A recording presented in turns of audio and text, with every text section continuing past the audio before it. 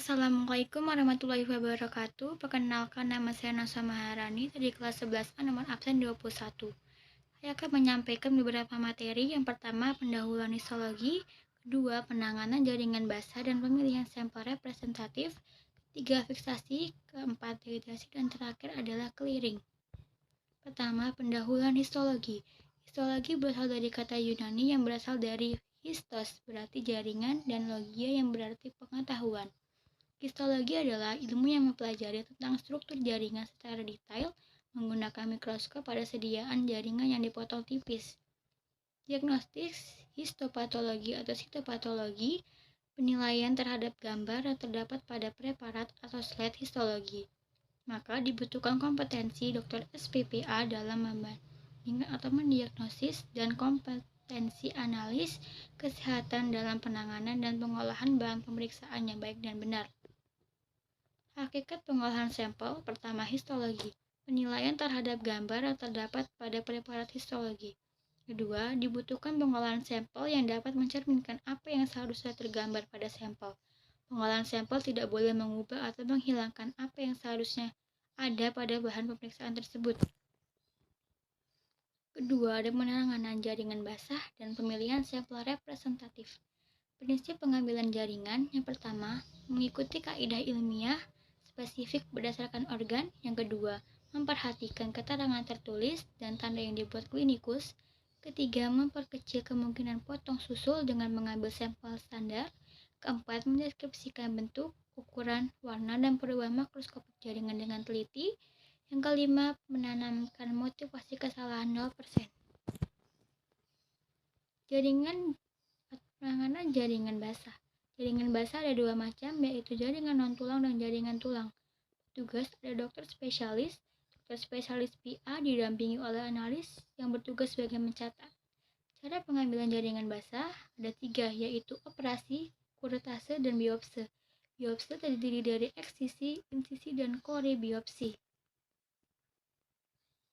Sampel representatif. Sampel yang representatif adalah sampel yang benar-benar dapat mewakili dari seluruh sampel. Ketiga, ada fiksasi.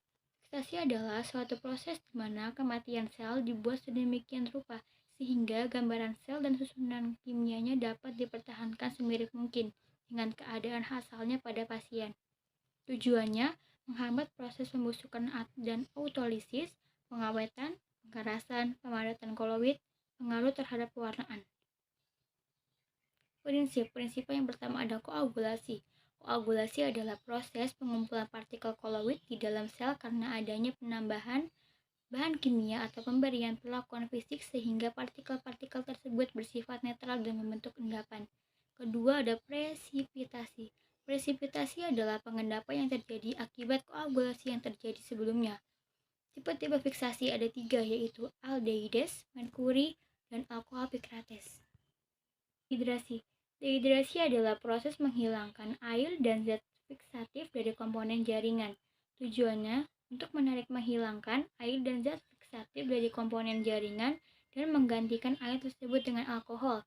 Kedua, mencuci dan memperkokoh jaringan yang keras dan rapuh. Tiga, molekul air yang digunakan pada tahapan fiksasi dapat mengganggu tahapan selanjutnya dari proses pembuatan preparat.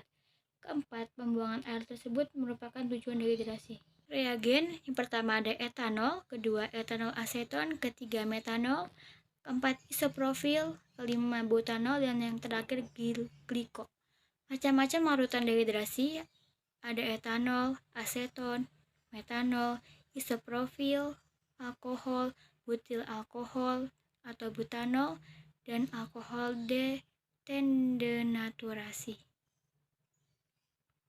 Syarat larutan dehidrasi yang pertama dapat menarik air dari dalam jaringan, kedua dapat bercampur dengan clearing, agen atau larutan penjernih, ketiga tidak membatalkan fungsi fiksasi, keempat dapat mempertahankan bentuk jaringan seperti setelah difiksasi, kelima mampu mengisi ruangan pada jaringan yang ditinggalkan oleh air, keenam sebaiknya digunakan dalam keadaan segar. Yang keenam, ada clearing.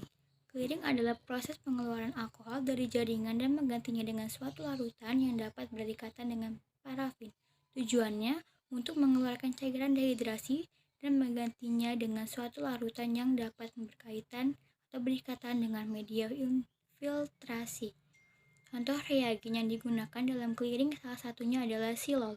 Silol adalah cairan yang mudah terbakar dan tidak berwarna dengan aroma khas minyak bumi, larut dengan sebagian pelarut organik dan lilin parafin. Terima kasih, kurang lebihnya mohon maaf. Wassalamualaikum warahmatullahi wabarakatuh.